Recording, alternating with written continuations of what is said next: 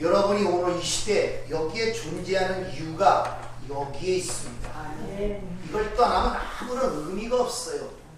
모든 것은 허망하고 지나가는 것들 뿐이고 썩어지고 후패하고 부패하는 것들 뿐이지 오늘 이 목적을 떠나서는 절대 우리가 이 땅에 존재하는 이유를 알 수가 없습니다. 여러분은 부르심을 받았어요.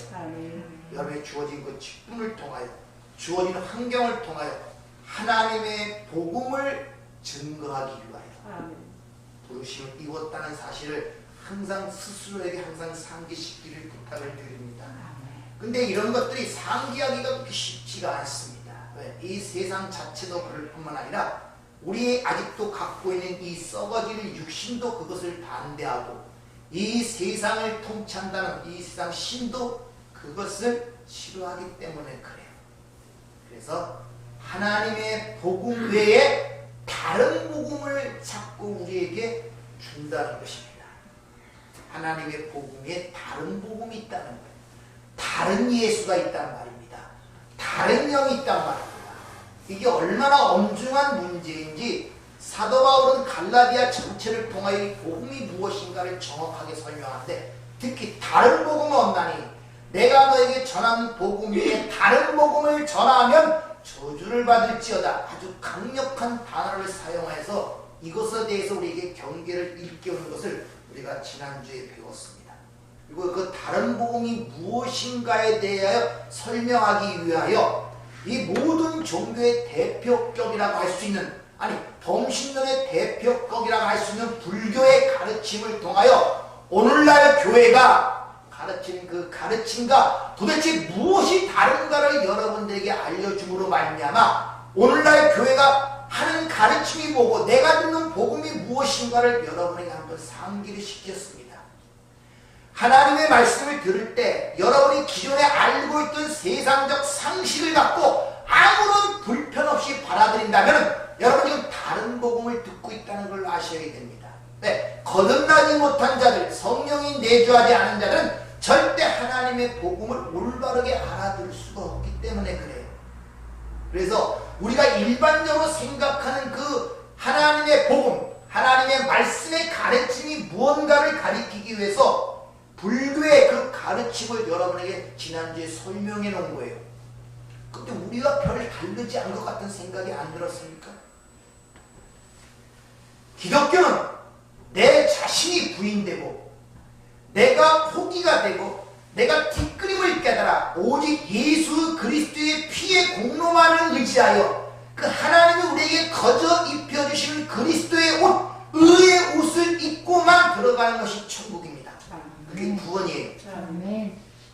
그런데 불교는 반대를 얘기하죠. 그런 극락, 천국, 천당 거기에 가서 열심히 수행하고 선행을 쌓고 공로를 깨달아 또 기도를 열심히 하여 어떤 지혜를 깨달아 내가 훌륭한 존재로 변화되어 그곳에 들어간다는 가르침, 그 가르침과 우리 기독교의 가르침과 별반 다름이 없다는 그 실질적 내용을 지난주에 여러분에게 말씀을 드렸다는 것입니다.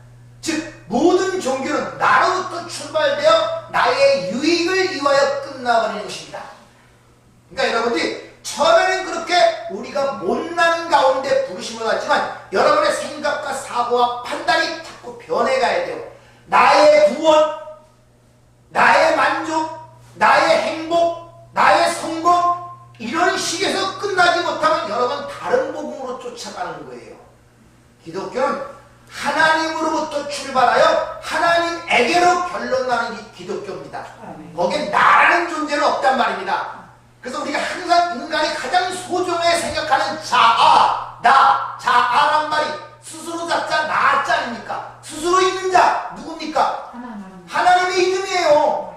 그러니까 자아의 만족을 위하여, 자아의 성취를 위하여, 자아의 행복을 위해 사는 모든 것들은 바로 내가 하나님처럼이라는, 내가 신이라는 그런 창세기 3장의 사건이 계속 반복되고 있단 말입니다. 우리는 하나님으로부터 출발하여 하나님에게로 결론이 지어지는 존재가 성도임을 여러분 아시길 바랍니다. 근데 오늘날 이 기독교가 이 범신론에 오염이 되고 뿐만 아니라 이게 샤머니즘에 먹히게 됨으로 말미암아 기복신앙으로 자꾸 변질이 되고 있단 말입니다. 오늘날 교회가 힘이 없고 기독교가 힘이 없는 이유는 단 한 가지예요. 바로 교회에서 하나님의 복음이 아닌 다른 복음이 가르치고 있단 말입니다. 스스로 자멸해가는 거예요. 이것은 단순한 교회 실제가 누굽니까? 여긴 예배당이고 건물이 교회가 아닙니다. 내가 교회고 내가 그런 말입니다. 그 교회라는 공동체 안에서, 특히 나라는 개인적 존재에서 내 안에서 그런 일들이 일어나고 있음을 봐야 된단 말이에요. 내 안에서 그 다른 복음을 받아들이고 있단 말입니다, 여러분들. 그래서 빛을 이루라. 너희가 세상의 빛이다, 소금이다, 이렇게 말씀하셨는데, 빛이라면 이 어두운 동네에 그 어둠이 무엇인가를 폭로하고 드러내야 되는데, 여러분 빛이라 그러니까 또 이 자격지심에 말씀드리는 거예요. 내가 선하게 살아서 저들의 나쁜 생활을 드러내므로 말미암아 그와 나는 다르다는 바리새인적 그런 의미의 어떤 것들이 빛을 발하는 것이 아니라 이 땅이 어떠한 실상을 갖고, 다시 말하면 전부 다 가짜 현실 속에 숨어들어있는 그들에게 진짜 하나님의 진노와 저주 아래 생로병사, 썩어지고 부패하고 멸망 가운데 가는 이 세상의 실체를 드러내어 보여주는 것이 바로 빛의 역할이란 말입니다.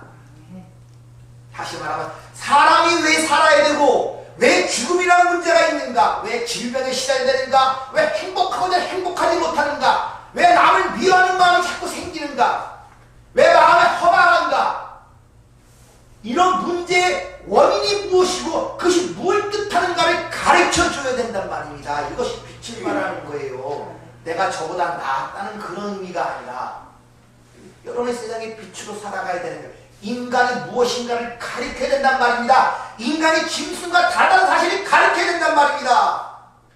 그들이 그렇게 의지하고 소중하고 바라고 온 세상을 위하여 그를 올인하는 그 인생의 목적지가 잘못됐음을 가르쳐야 된단 말입니다. 이 세상에 왜 전쟁과 질병과 이런 게 끝나지 않는가? 하나님의 진노와 저주를 했다는 이 세상의 진짜 현실을 그들에게 가르쳐주는 것이 바로 빛의 역할이란 말입니다. 그런데 그들에게 칭찬을 받는 것이 아니라 도를 받는단 말이에요. 그래서 자기 부인되지 않고 그 일을 할 수가 없어요.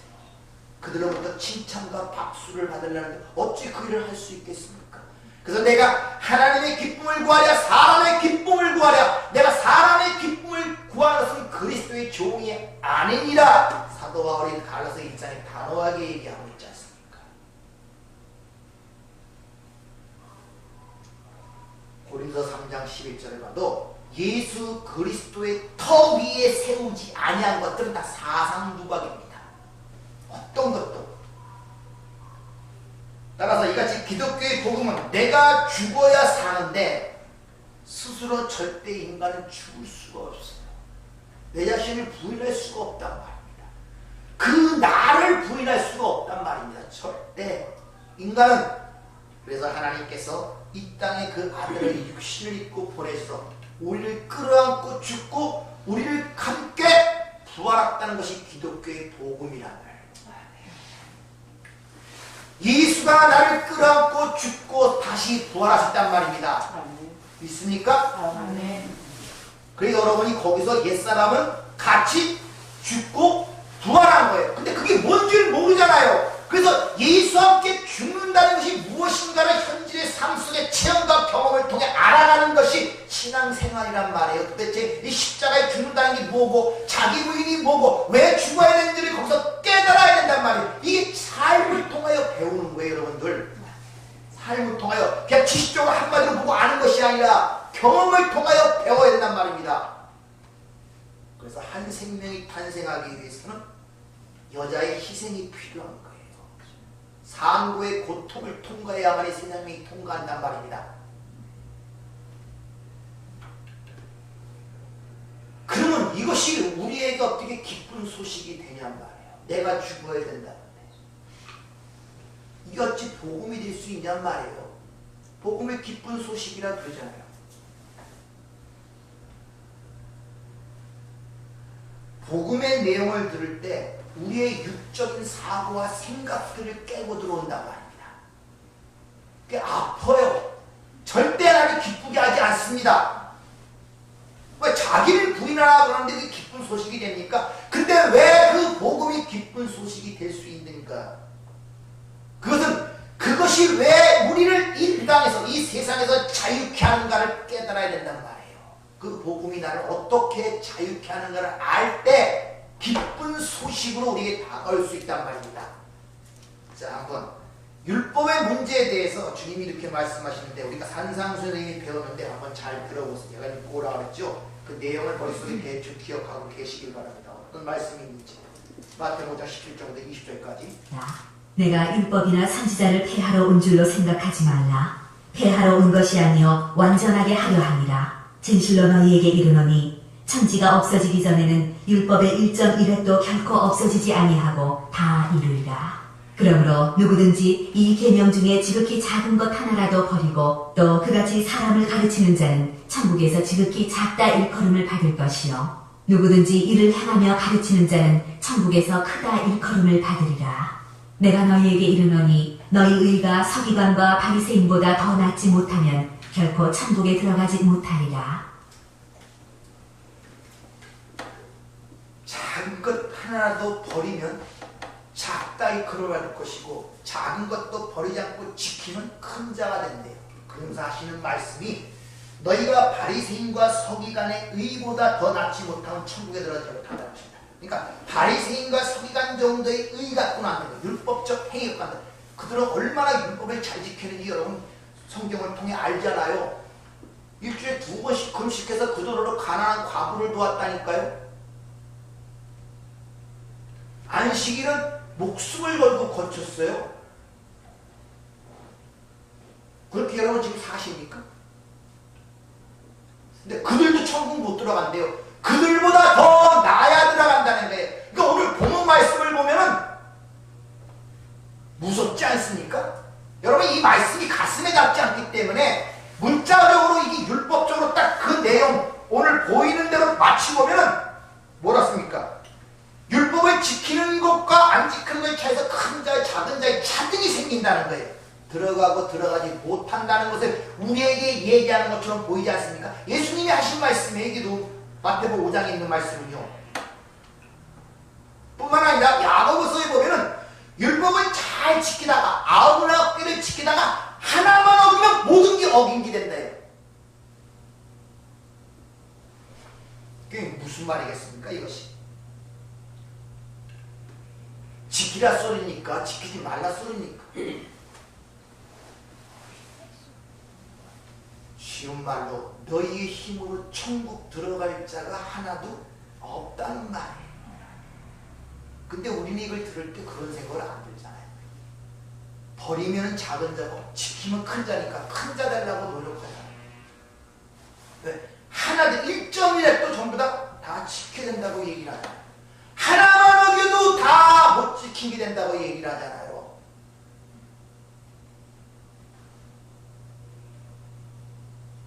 이 세상에는 자기 힘으로 천국 갈 수 있는 자가 하나도 없다라는 것을 이런 식으로 표현하고 있단 말이에요.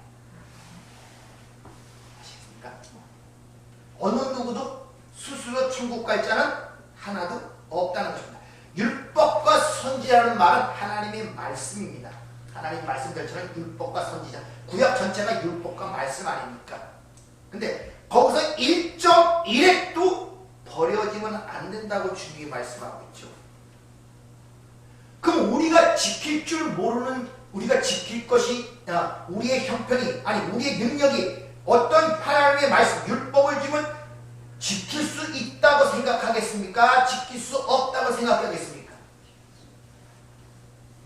네? 다시 말하면 주님이 우리가 율법을 지킬 수 있는지 없는지 아시겠습니까? 모르시겠습니까? 아시죠. 근데 아는데 구약도 그렇잖아요. 하나님이 그로 창조해갖고 첫 번째 주신 율법 주사도 못 지켜, 선악과를 먹지 말라고 하나도 못 지켰잖아요. 그런데 그 이후에 보면 뭐 레위기나 계속 구약을 보면 계속 뭘 지켜라 지키지 못하면 벌 받는다, 지키면 복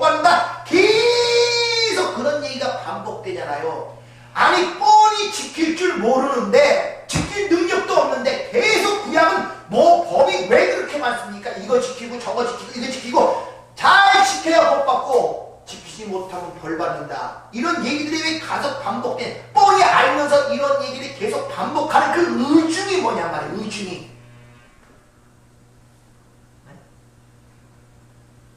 그 의중이 뭐예요? 여러분도 좀 애한테 얘기할 때 얘 부모니까 이 자식의 능력을 알잖아요. 그러면서 걔가 지킬 수 없는 걸 요구할 때가 있어요.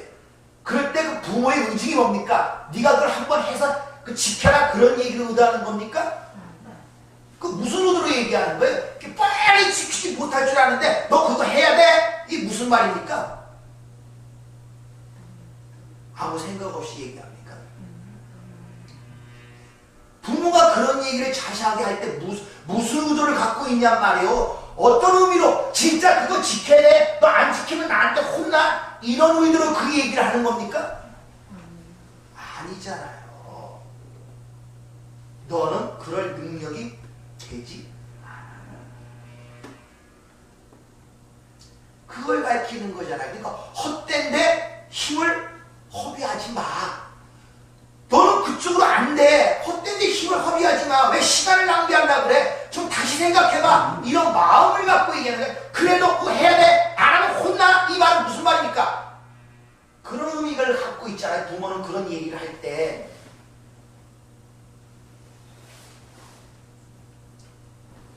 오늘 하나님께서 하라 하지 말라 이런 수많은 법정 규정들을 계속적으로 얘기하는 것이 뭐겠습니까? 너희들은 못 지킨다는 거예요. 니들의 실체를 깨달으란 말이에요. 니들의 실체를. 인간이 살아가면서 맨날 죽어가는 장례식장에 가면서 인간이 한 줌의 흙이라는 사실을 인정하기 싫어해요. 죽음을 한 주에 부풀어 들어가는 흙이라는 것을 인정하기 싫어한다니까요. 여전히 내 힘으로 사는 것 같고 내가 뭘 아는 것 같고 이런 교만 가운데 산다니까. 왜 그렇게 깨닫기 힘든지 내가 언젠가 말씀드렸죠. 신앙생활에는 건 복잡한 거 없습니다. 창세기 2장 7절 아담아 민 아파르 너는 흙에서 나온 먼지에 불과한 존재야. 하나님의 전적인 은혜로 거기에 하나님이 사랑으로 하나님의 은혜로 거기에 생기가 불어넣어져 비로소 살아있는 생명이 된 존재야. 그거 하나 따르고 가는 거예요. 그거 하나 복잡한 거 없습니다. 나는 뒷끈입니다. 먼지입니다. 아무것도 아닙니다. 근데 하나님의 은혜와 선택 가운데 내가 사랑을 받아 그 생기를 받아 살아있는 존재가 되었고 하나님의 자녀가 되었군요. 요거 하나 깨닫는 거예요. 요거 하나. 그거 하나 깨닫고 가는 거예요. 여러분들 뭐 대단한 거 깨닫는 거 아닙니다. 근데 인생 살면서 내가 뭘 사는 것처럼 이것저것 판단하고 저거 하고 아직도 우리는 그 가운데 헤매고 미혹되고 있지 않습니까? 바로 하나님은 내가 말하는 이 말씀, 이 법과 너와의 관계가 어떠함을 지금 가르쳐주는 거예요. 창세기 3장부터 하나님의 말씀을 떠난 인간 그리고 하나님처럼 살려고 하고 선악의 주체자, 내가 선악 판단하는 주체, 내가 주인이란 말입니다. 주체자가 되어 살라는 그들을 육이라 해요. 육신. 그래서 창세기 6장에 보면 노아의 홍수 이전에 나의 신이 저들과 다시는 함께하지 아니하리라. 그때부터 육이 되어버린 거예요. 저들의 육이 됨이니라. 성령이 없는 자를 육에 속한 자라 그러는 거예요. 그 육에 속한 자는 다시 말하면 성령이 떠났기 때문에 내 밖에 하나님의 말씀이 있어요. 그래서 내 밖에 있는 그 말씀은 내가 섬겨야 할 대상이에요. 근데 그 내 밖에 있는 말씀이나 법이 내 안으로 들어오면 반드시 왜곡되고 조작이 되게 되어 있단 말입니다. 왜? 하나님의 말씀은 순결하거든요. 빛이시거든요. 그런데 우리 안에 죄악으로 어두워진 우리 속에 들어올 때 마치 이런 물 속에 내용물이 찼단 말입니다. 근데 이것이 젓갈을 담그고 내용물을 통해 젓갈을 보면 젓갈이 휘어져 있단 말입니다. 같은 건데 휘어졌어요. 이게 바로 우리의 실상이란 말입니다. 하나님 말씀이 내 안에 들어올 때 왜곡되고 조작이 되는 거예요. 그 말씀이 들어올 때 이게 좀 어려운 말로 여러분이 이 땅에서 배워진 그 틀이 있어요. 그게 뭐냐면 세계관, 가치관, 인생관 그런 것들로 보는 시각을 얘기하거든요. 틀을. 그 틀이 이 땅에서 형성된 거란 말입니다. 세상에서. 거기에 하나님의 순결한 말씀이 들어가고 법이라면 그거에 왜곡이 돼버려요. 어떻게? 내 중심으로. 왜? 내가 그 판단의 중심자가 되기 때문에. 여러분이 세상을 바라볼 때 여러분의 판단으로 옳고 그름을 판단하죠. 저 사람은 나쁜 사람, 저 사람은 좋은 사람 이렇게 판단하지 않습니까? 한번 물어보겠습니다. 아니 나는 안 그런데요? 한번 물어볼게요. 여러분의 판단을 볼 때 시아버지와 가늠하여 자식을 낳은 누굽니까? 예? 누구예요? 다말 아닙니까? 다말 여러분의 판단은 좋은 사람이 나쁜 사람이에요. 아, 왜 대답 못해요? 저희 판단은 나쁜 사람. 나쁜 사람이죠. 그럼 천리공무할 일이 없습니까? 시어머니를 꼬셔갖고선 간통을 했고 애를 낳은 사람. 죽은 거 실처럼 돌마다 죽을 여인이에요. 그 여인이.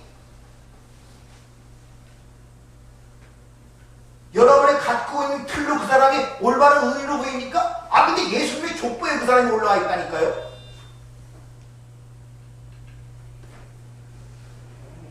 그 사람이 의인으로 보입니까?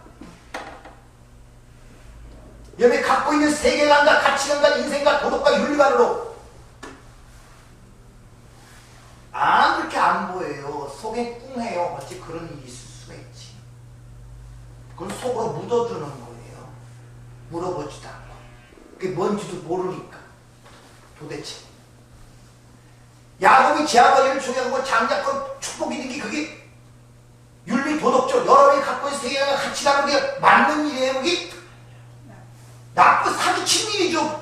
부모를 속인 일이고 사기꾼이죠. 그건 평소에 들어갈 일이에요. 그게 요새 시대에도. 근데 성경은 버젓이 나왔고 야곱을 택한 자라고 한다니까요. 그럼 뭔가 느껴져야죠. 그런 내용들을 볼 때 뭔가 바꿔야 되는 생각이 들어요. 안 맞잖아요. 여러분들 안 맞는데 그걸 통해서 하나님이 어떤 것을 보려고 하지 않고 내 그걸 바꾸려고 하지 않고 그냥 그대로 숨겨둔 거예요. 숨겨둔 거 속으로 모르면서도 그냥 뭐 하나님이 하시는 일이니까 어쩔 수 없지 뭐. 그리고선 그 생각으로 세상을 바라보는 거예요. 저 사람 나쁜 사람, 이 사람 좋은 사람. 계속 자기의 틀을 갖고 세상을 바라보며 살아가고 있는 것입니다. 근데 어찌 이게 하나님의 말씀이 떨어질 때마다 그게 왜곡되고 조작되지 않겠습니까? 그러니까 그 말이 행하지가 없는 거예요. 행하지가. 힘이 없단 말입니다. 잘들 생각해 보세요. 여러분 세상에 이 사건이 일어날 때 좋은 사람, 나쁜 사람, 저는 악한 놈, 독한 놈 판단할 때 여러분 판단을 그 선하게 판단을 하잖아요. 내가 봐갖고. 그걸 세상에 지금 성경에 일어난 일을 세상에 붙여놓으면 전부 다 일률적으로 전부 다 믿는 사람이고 뭐고 야 저런 놈이나 저건 죽여야 돼. 이렇게 생각들 하잖아요. 성경에 기록돼 있으니까 하나님이 뭐 기록돼 있으니까 성경에 기록돼 있는데 이게 나쁘다 할 수도 없고 좋다 할 수도 없고 그 속에 항상 찜찜한 거예요. 인생을 지금 그렇게 살아가고 있다면 여러분들. 근데 여전히 그 틀을 유지하면서 살아가고 있단 말이에요. 답답하게. 그래서 내 스킨 어떤 사실적 사건을 떴을 때 그걸 바라보고 판단하는 그 사고와 판단이 믿는 자나 안 믿는 자나 똑같아요. 저건 나쁜 놈, 저건 좋은 놈. 여전히 내가 중심. 그 안에 뒷면에는 하나님의 섭리와 그런 걸 이해를 못하는 거예요. 그러면서 바리새인처럼 속으로 저 가늠한 여인보다는 내가 낫지. 저 세리보다는 내가 낫지. 하나님을 믿고 있는데 이렇게 스스로 자기 기만에 빠져서 신앙생활들을 한단 말입니다. 여러분들 이 종교란 말입니다. 여러분들 성경은 하나님의 법을 준 것을 분명히 밝히고 있음에도 불구하고 사람들이 그걸 깨닫지 못해. 하나님의 법이라는 것은 하나님의 말씀이라는 것은 사실 흙에서 나온 인간은 그걸 받을 수가 없도록 되어 있단 말입니다. 그래서 혈과 육은 하늘의 것을 받지 못한다고 고린도서 15장 50절은 분명히 얘기할 뿐만 아니라 그 예시를 보기 위하여 거기서 나온 그 존재에게 하나님의 법을 줬더니 그걸 지킵니까? 못 지키는 거예요. 그래서 창세기 3장의 사건이라는 거예요. 첫 번서부터 흙에 속한 자는 하나님의 것을 받을 수 없는 존재감을 창세기 3장부터 가리키고 있는데 그 사건을 통하여 그걸 자기는 깨닫지 못하는 거예요. 아, 그걸 왜 먹었어? 그걸 나 같으면 안 먹었지. 이렇게 생각한다니까요. 내가 거기 있으면 절대 안 먹어. 하나님께서 순종했을 거야. 그 멍청한 게 먹어갖고 우리를 이렇게 만들었어. 이런 식으로 된단 말이에요.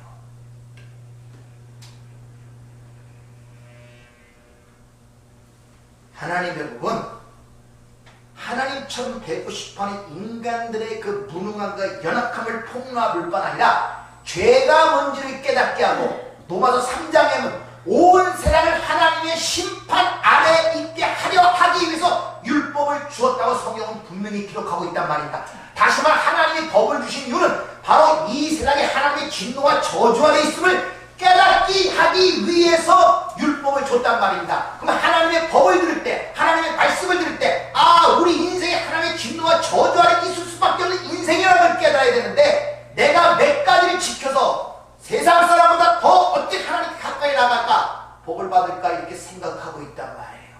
거꾸로 법을 주신 이유를 거꾸로 알아먹는 거예요. 이게 복 받는 비결이요. 요 몇 가지 지키면 너는 훨씬 세상과 잘 살 수 있어.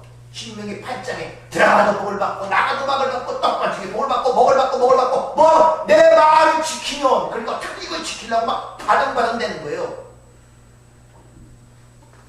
여기서 못 떠난다니까 인간들이. 이 절망감을 느껴야 되는데 못 느껴요. 그러니까 예수의 십자가의 피가 어떻게 눈앞에 크게 보이고 그걸 붙들라는 그 힘이 있겠습니까?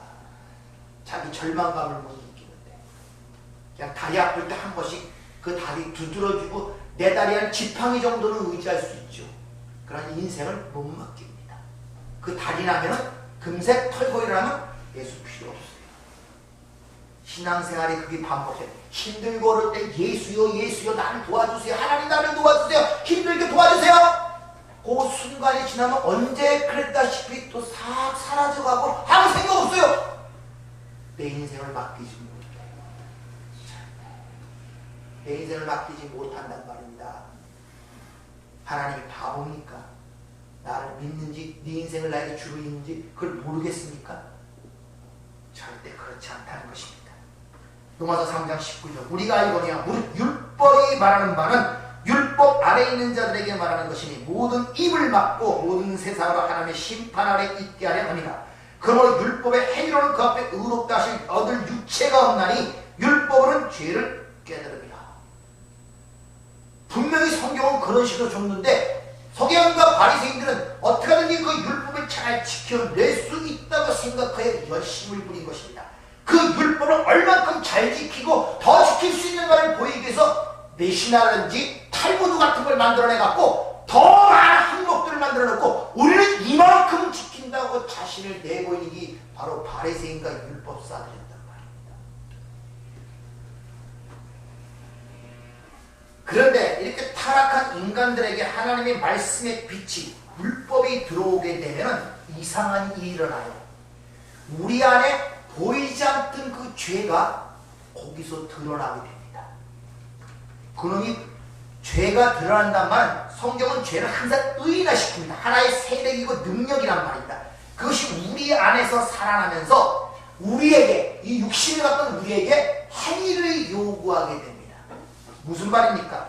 선악과를 따먹고 선악의 주체자가 된 이들에게 하나님의 법이 내 밖에서 들어오게 되면은 왜곡되게 들어와갖고 그걸 열심히 행함으로 말미암아 하나님 앞에 당당히 쓰고 상급을 받을 수 있다는 생각으로 변화받게 돼요. 그게 죄가 아닌 짓이란 말입니다. 이걸 속인다는 겁니다.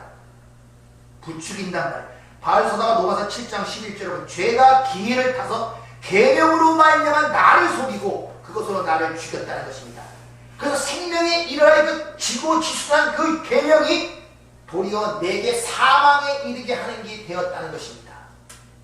여기 우리 안에 죄가 하는 짓이란 말이에요. 그래서 죄의 권능이 뭐냐? 율법이. 법이 없으면 죄는 살아나지 못해요. 능력을 발휘 못해요. 왜? 죄의 권능은 율법이기 때문에. 우리가 왜 죄인이고 죄다했습니까? 율법이 들어오면 그 율법이 왜곡되어 들어오니까 죄가 그 율법을 이용하여 우리를 충동질시켜요. 어떤 일을 하고 어떠해서 사람의 칭찬과 박수를 받기 위해서 너희가 이 땅에 그렇게 선행과 공로를 쌓으면 하나님 나라에서 상급을 받을 것이라는 생각으로 우리를 속여서 충동질시킨단 말입니다. 이게 죄가 하는 짓이란 말입니다. 그러니까 하나님이 법을 주신 이유와 전혀 정반대하지 않습니까? 네가 죄인됨을 깨닫고 온 세상에 하나님의 심판에 있음을 깨닫기 위해 법을 줬는데 죄라는 것이 그 법이 들어오면 거꾸로 얘기하는 거예요. 네가 잘 지켜서 선한 사람이 되고 거룩한 사람이 되어 사람들의 칭찬과 박수를 함께 영웅거리고 하나님 나라의 상급을 받을 수 있는 자가 되도록 만들어간단 말입니다. 꼬드끼는 거예요. 속이는 거란 말입니다. 근데 이게 자기기만 하고 자기도 거기에 속는 거예요.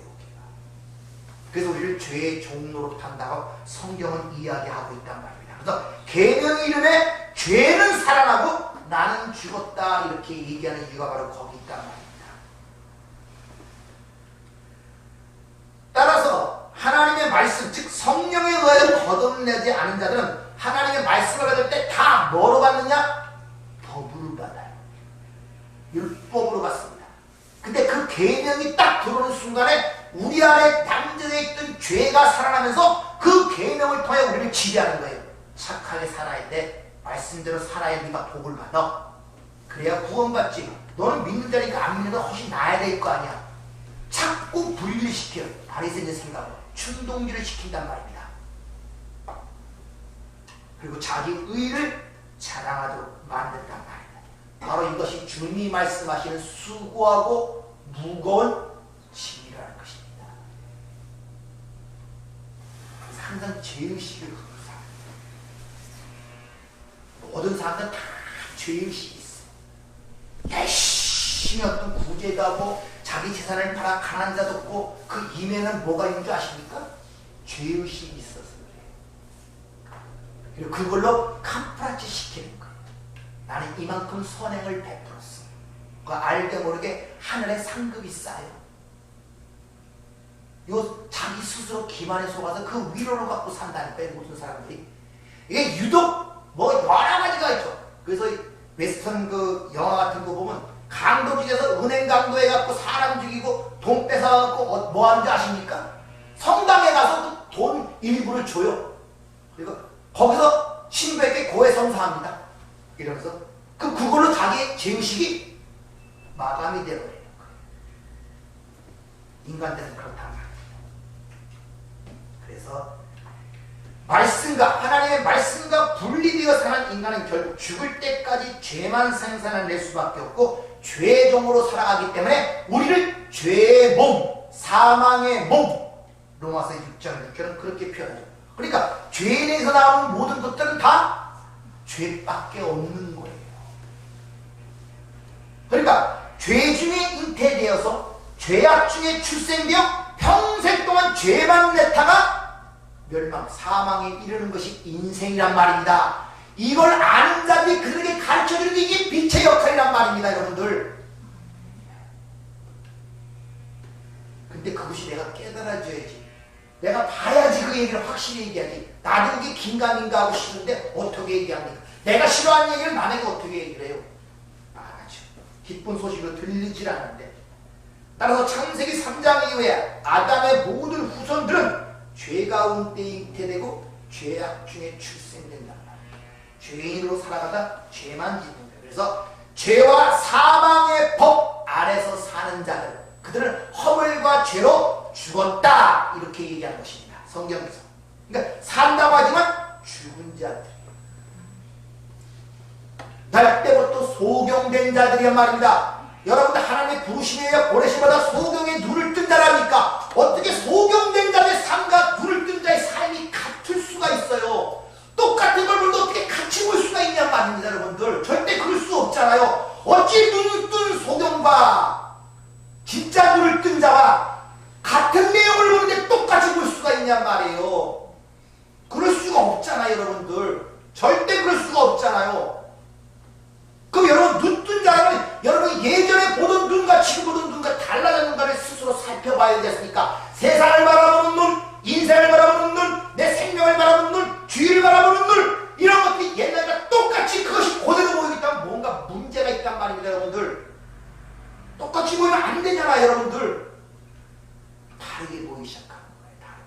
그럴 때 뭐가 일어난다? 용서. 용서가 일어난다. 다르게 안 보면 절대 용서 안 일어납니다.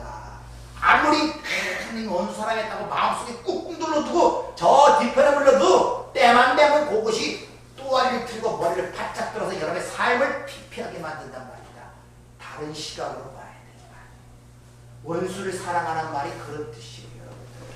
원수가 저 나를 그렇게 고통스럽고 힘들건 원수가 나의 이만큼 신앙을 성장시키기 위한 하나님에 의하여 나에게 보내진 선생님이었구나 할 때 그 원수가 용서가 되고 사랑하고 오히려 은혜가 보여진단 말입니다. 여러분들 그렇게 안 보이잖아요. 여전히 그 원수는 그 원수야. 나의 인생에 없어야 할 원수야. 장애물이야. 여전히 그렇게 생각하고 사는 이게 어찌 눈이 변한 자의 모습이라고 할 수 있겠냔 말입니다. 여러분들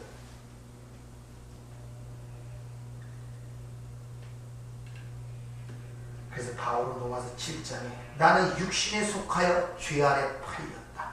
이제 그것을 행하는 자가 아니요 내 안에 거하는 죄이라. 그게 죄란 말입니다. 유리도서 100까지 행위한 것이 죄가 아니라 죄는 세력이고 능력이란 말입니다. 그래서 죄의 종로 탄다 그러잖아요. 여러분들 이 절망적 현실을 아는 사도 바울이 이렇게 외치죠. 나는 곤고한 사람이다. 이 사망의 몸에서 누가 나를 건져내리요? 이런 자신의 절망적 한계를 느껴보셨습니까? 나는 왜 이렇게 변할 수가 없어? 이런 한계를 느껴본 적이 있습니까?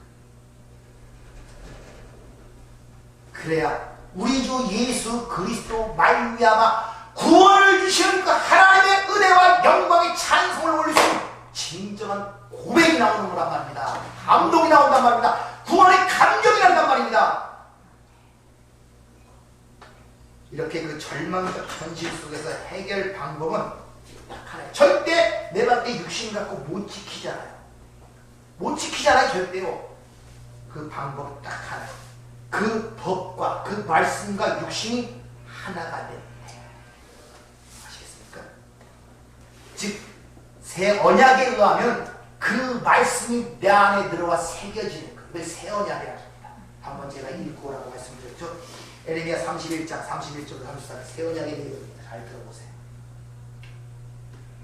여호와의 말씀이니라. 보라 날이 이르리니 내가 이스라엘 집과 유다 집에 새 언약을 맺으리라. 이 언약은 내가 그들의 조상들의 손을 잡고 애굽 땅에서 인도하여 내던 날에 맺은 것과 같지 아니할 것은 내가 그들의 남편이 되었어도 그들이 내 언약을 깨뜨렸습니다. 여호와의 말씀이니라. 그러나 그날 후에 내가 이스라엘 집과 맺을 언약은 이러하니 곧 내가 나의 법을 그들의 속에 두며 그들의 마음에 기록하여 나는 그들의 하나님이 되고 그들은 내 백성이 될 것이라. 여호와의 말씀이니라.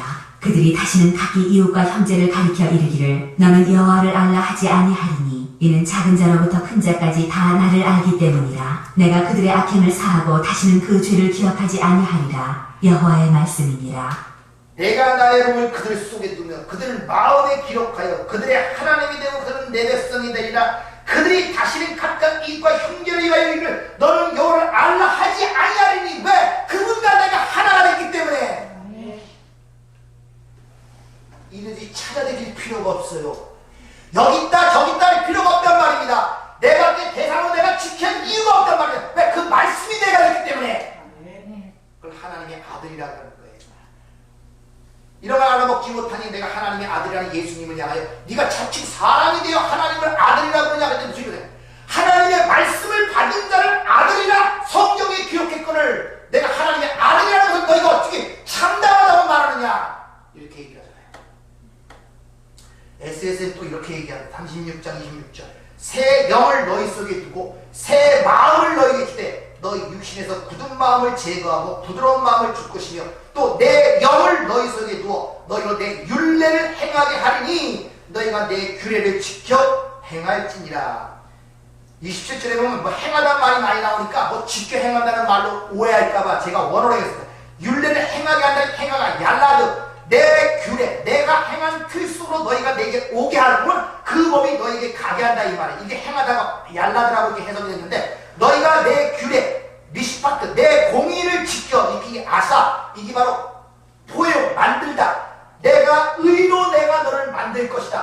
너희를 내가 만든 귤 계명 속으로 오게 하여 내 공의가 되도록 내가 너를 만들 것이다. 이것이 에스겔서의 새 언약이란 말입니다. 아멘. 지키라가 아니라 니들이 내 의로 만들 것이란 말입니다. 아멘. 그래서 새 창조라 그러는 거예요. 새로운 피조물이라고 우리를 얘기하는 이유가 거기 있단 말입니다. 이렇게 법이 내 안에 새겨지는 그것을 새 언약이란 말이에요. 육신과 법이 하나가 되는 거예요. 육신과 말씀이 하나가 되는 것입니다. 그렇게 된 분이 누굽니까? 예수 그리스도. 말씀이 육신이 되어 우리 가운데 거하시네. 아멘. 그러니까 육신과 법이 하나가 되면 주체가 되니까 내가 따로 거기에 대해서 주인 노릇을 할 수가 없어요. 주인이라는 것은 대상이 있어야 주인 노릇하는 것입니다. 안 그렇습니까? 합해지면 내가 주체라는 게 사라져요. 그 법, 그 말씀이 곧 나란 말입니다. 그러니까 내가 하는 모든 것은 말씀이고 의가 된단 말이에요. 그래서 의인이 된 사람은 나오는 모든 것이 의가 되는 거예요. 그래서 말씀과 법이 하나가 된 예수님께서 그분이 하시는 모든 것이 나가 하는 것이 아니라 내 안에 아버지가 하는 것이며 아버지와 나는 하나라고 하기 때문에 창녀하고 포도주를 마셔도 죄가 아니고 안식일을 안 지켜도 죄가 아니고 바리새인들을 향하여 이 독사의 새끼들아 욕을 해도 죄가 아니란 말입니다.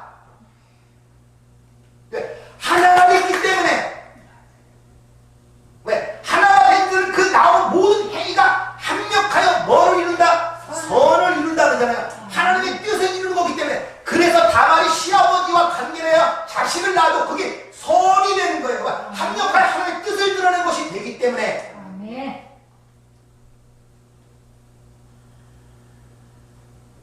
얼마나 자유롭습니까? 다시 말하면 여러분이 확실히 얘기하면 여러분이 진짜 예수를 믿고 성령이 안에 계시고 하나님의 백성이라면 여러분이 앞으로 해가는 모든 길이 그게 윤리적으로 잘못된 일이 있을 수도 있고 실패와 잘이 있으면 그 모든 걸 합력하여 하나님의 선을 드러내는 도구로 사용되는 도구이기 때문에 그 전부 다 하나님의 의의가 된단 말입니다. 아멘. 그래서 다말도 마찬가지고 룻도 마찬가지고 얼마나 많은 윤리 도덕적 어긋난 일이 성경에 많이 기록돼. 그러나 그럼에도 불구하고 그것이 의인이고 성경에 기록된 이유는 그걸 통해 하나님의 선을 이루는 도구로 사용되는 결과를 낳기 때문에 그렇단 말입니다. 따라서 새 언약하에 있는 하나님의 백성들은 법을 지킨다는 것이 의무사항이 아니라 자연스러운 삶의 현실이 되어버리는 거예요. 아시겠습니까? 그냥 삶의 삶.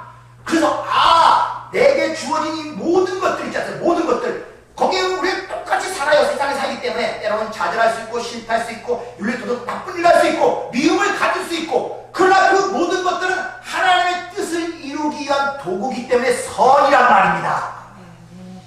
죄가 아니라.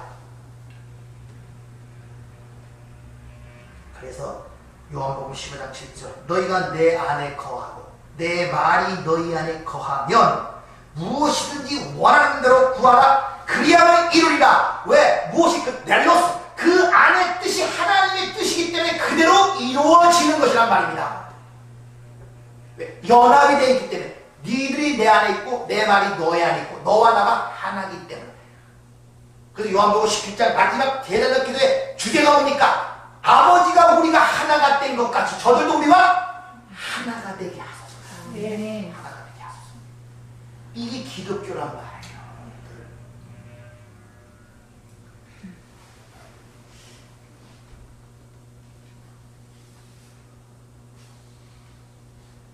따라서 새 언약이 주어졌다는 것은 옛 언약을 파기시켰다는 얘기인데 아까 에레미야 31장 말씀처럼 옛 언약이 뭡니까?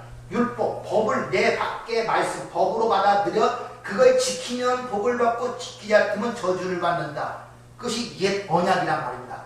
그 옛 언약을 지킬 수 없음을 가리키기 위해 구약 전체가 기록된 거예요. 이스라엘 백성의 전체 얘기가 그 얘기 아닙니까? 법을 그렇게 줬는데 못 지키는 거예요. 결국 이스라엘이 종료를 맞잖아요. 성전의 문을 닫아버리지 않습니까? 구약이 말라기 선자 말라기 마지막 구약의 마지막 책이 말라기인데 거기에 2장에 보면 너희들이 지금까지 행한 모든 제사와 모든 율법적 행위들은 다 똥이다 이렇게 얘기를 해버리잖아요. 그리고 이 성전문을 닫아버린다. 폭로가 됐잖아. 옛 언약은 아무도 못 지킨다는 것입니다. 그래서 새 언약을 바라도록 만드는 거예요. 그래서 제가 항상 얘기하죠.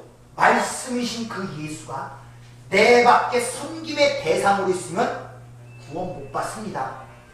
아시겠습니까? 예수가 말씀 아닙니까? 말씀이 내 밖에 섬김의 대상으로 있으면 그 율법, 법을 지키기 열심히 노력도 백날에도 안 된다고 성경은 선언하고 있잖아요. 그러니까 내 밖에 예수가 있으면 성경은 그건 절대 구원이 아니란 말이다. 그 예수가, 그 말씀이 내 안에 들어와 나와 하나가 되어 있어야 돼요. 그래서 네 안에 그리스도가 있는지를 확인해 보라 그러잖아요. 만약 네 안에 그리스도가 있으면 너는 버리온 자라고 고린도후서 13장 5절인가? 거기서 이 얘기를 하고 있지 않습니까?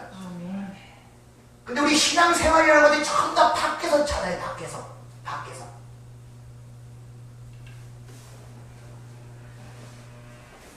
따라서 율법을 지켜서 구원을 받고 상급을 받으라고 주신 것이 아니라 오히려 너희를 옛 언약에 의하여 죽을 수밖에 없으므로 내가 새 언약을 마련해야 준비해 놓았다는 것을 가르쳐 주기 위하여 한시적으로 영원한 것이야. 한시적으로 이 땅에 주어질 것들이 바로 율법이란 말입니다. 율법이 은혜의 수단이 되는 거예요.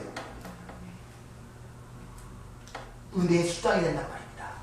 왜? 한시적으로 니들은 그걸 못 지키기 때문에 내가 새로운 언약을 마련했어를 가리키기 위해 주어진 것이 율법이기 때문에. 이해가 되십니까? 자, 그러면 여러분의 삶을 돌아보세요. 영원치 않는 여러분의 삶을 돌아보실 것이란 말입니다. 여러분의 가정, 남편, 부모, 자식 전부 다 한시적으로 주어진 하나님의 은혜의 수단, 선물이란 말입니다. 그걸 그렇게 느끼십니까?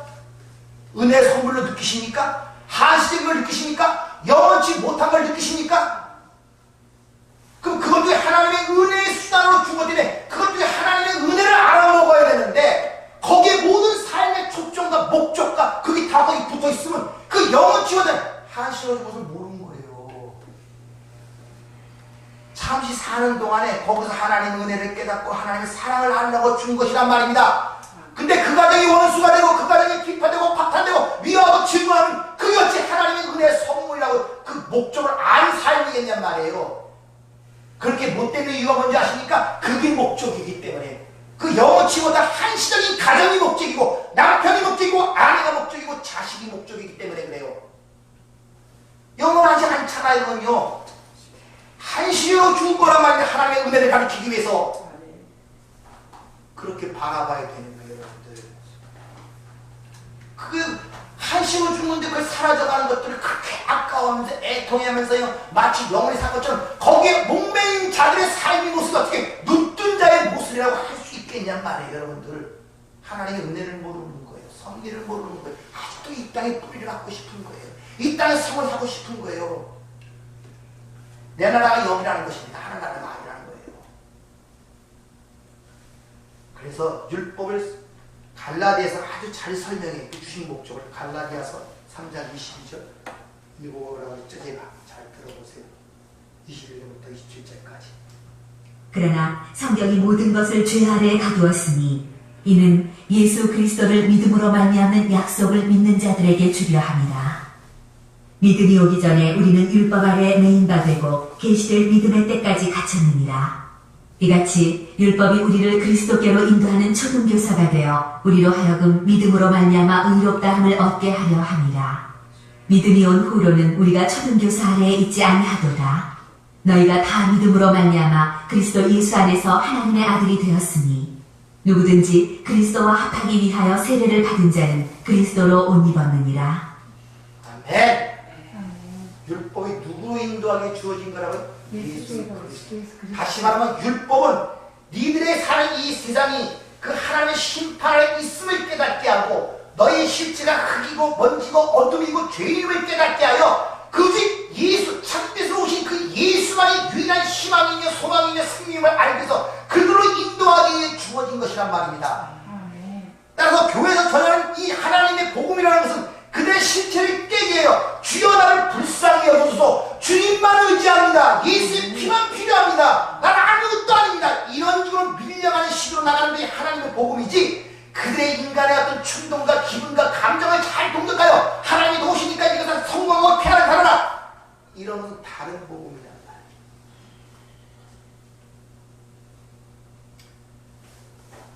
이같이 새 언약 속에서 바로 말씀과 육신이 하나가 되어신 예수 그리스도 안에서 그와 연합하여 우리가 이미 법과 하나가 된 자로서, 다시 말하면 법을 지킨 자로서의 이미 구원을 받는 거예요. 아시겠습니까? 다 이루었단 말이에요. 펜텔로스타이. 하나도 놓치지 않고 다 펜텔로스타이. 거기서 내가 또 뭐 부족하여 뭘 보충하고 뭘 또 배워서 되는 게 아니라니까요. 이렇게 몸과 법이 일체가 된 우리가 내놓는 행위는 조금 전에 말씀드린 것처럼 다 뭐다? 선이다. 그게 잘 고백이 안 되죠. 복음이 이해가 되지 않았어요. 그 이해가 안 돼서 그래도 내가 한가위 또 죄도 저지르고 이런 생각도 그런데 어찌돼 그 옛사람 옛감을 죽었다니까 자꾸 왜 자신을 바라봅니까? 성경에 어떻게 자신을 바라보라는 말이 있어요? 예수를 바라보라 그러지. 그게 잘 닿지 않고 내 것이 되지 않으니까 자꾸 망설여지는 거예요. 그래도 아닌 것입니다. 다 이뤘다는 것입니다. 로마서 8장 28절 우리가 알거니와 하나님을 사랑하는 자 곧 그의 뜻대로 부르심을 입은 자들에게는 모든 것이 합력하여 선을 이룹니다. 근데 베드로후서에 보면 하나님의 부르심과 택하심은 뭐가 없다? 후회하심이 없대요. 취소될 수가 없어요. 여러분 하나님의 부르심을 택하심을 입은다면 반드시 그 모든 것들을 합력하여 뭐를 이룬다? 선을. 선을 이룬다. 오후에 좀 더 이 복음이 우리를 어떻게 자유케 하는가를 야곱의 일생을 통하여 한번 살펴보도록 하겠습니다. 기도하겠습니다. 은혜롭고 잘 이루신 아버지 하나님, 이 복음을 알면 우리 마음에 얼마나 많은 짐들이 내려져 마음의 자유함과 마음의 기쁨을 갖는데 이것을 깨닫기가 우리의 힘으로는 불가능합니다. 성령님, 우리를 불쌍히 여겨주셔서 우리 안에 내주하시기 때문에 잠들어 계지 마시고 주님 깨어나서 우리를 일깨우소서. 우리의 눈을 열고 귀를 열고 지성을 열어 이 말할 수 없는 천사도 살펴보기를 원하는 이 구원의 복음을 알게 하옵소서. 그래서 내 사건마다 그 은혜를 발견하고 찬송하며 감사하는 이런 삶을 살게 하옵소서. 아버지, 이를 위해서 우리를 부르셨지 않습니까? 입에로 내버려 두지 마시고 오늘도 한 해가 다 간 가운데 있습니다. 주님, 돌아오는 새해는 이런 놀라운 하나님의 기적의 역사가 삶 속에서 우리의 현장 속에서 나타나기를 원하니 저희들을 축복하여 주시옵소서. 예수님 이름으로 기도하옵나이다. 아멘.